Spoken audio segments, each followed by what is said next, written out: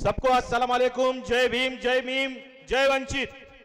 साथियों, आज अपन जिस अवसर पर इस जगह पे जमा हुए हैं, उस अवसर का मकसद है कि आने वाली स्थानिक स्वराज्य संस्था की जो चुनाव होने वाले हैं, उस सिलसिले में और जो अभी पिछले महीने घटना घटी है 24 अक्टूबर को, जो देश में पहली बार हुआ है।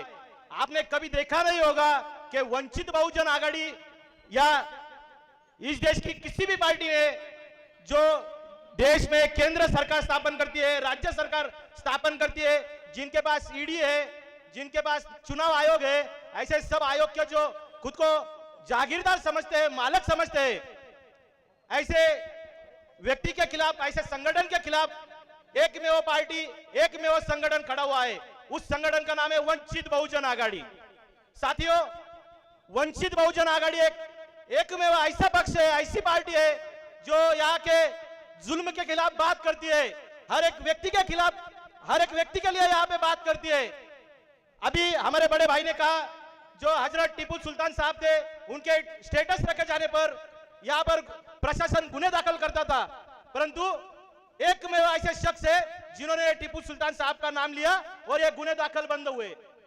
अपनी अब जिम्मेदारी बनती है 10 अक्टूबर को घड़ी, उस सिलसिले में मुझे और मेरे साथियों को यहाँ के पुलिस प्रशासन ने जो झूठे मुकदमे मेरे खिलाफ दर्ज किए गए, ये झूठे मुकदमों के खिलाफ कोई बात नहीं किया, किसी ने आवाज नहीं उठाई कि ये झूठे मुकदमे है।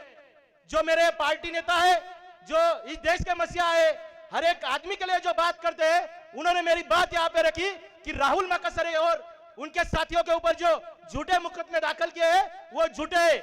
अगर आप वो मुकदमे वापिस नहीं लेते हो तो इस देश के ऊपर जो नागपुर में उनका हेडक्वार्टर है, आरएसएस का जो हेडक्वार्टर है, वहां पे हम बड़ी संख्या में आने वाले हैं।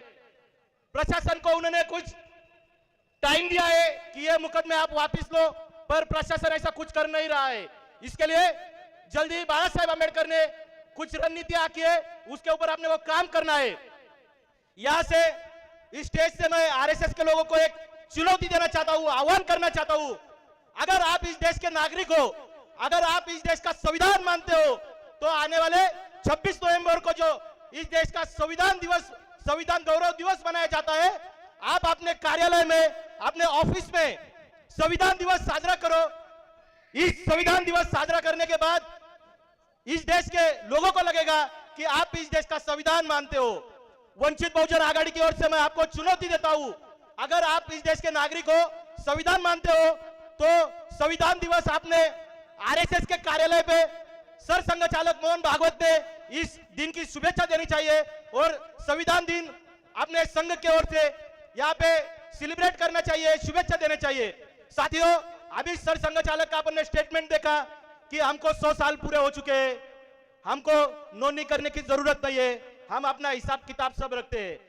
पर मेरा उनसे यह कहना है कि आप हिसाब किताब रखते हो तो इस देश का कानून है, हमारे युवा नेता ने उनको अभी एक्ट दिया है, जिस एक्ट के तहत अपनी संगठन रजिस्टर होता है।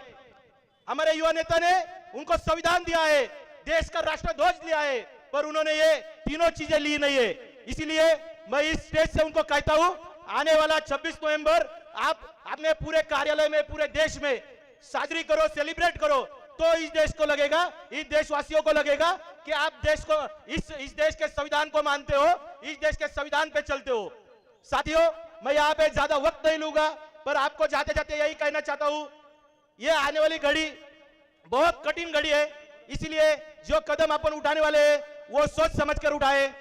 कई नेता आए, कई नेता गए, इस जिले को श्रद्धेय बाबा साहेब अम्बेडकर के 2 शब्दों को वजह से आपने चुन के दिया, हमने चुन के लिया, एक भी रुपया नहीं लिया, पर वो बेईमान जो जिस तरीके से आपने से हुए हैं, ये सब बातें आपने को याद रखना है। और आने वाले चुनाव में श्रद्धेय बाबा साहेब अम्बेडकर, वंचित बहुजन आघाड़ी जो जो आपने को आदेश देंगी, जो जो आपने को लोग देंगी, उनको आपको अपनी जिम्मेदारी है कि भारी वोटों से उनको लाना है और इस देश का, इस राज्य का, इस जिले का एक एक सड़क हो, बच्चा हो, रोजगार हो, ये सब सवाल वो अपने को छुड़ा के लाना है।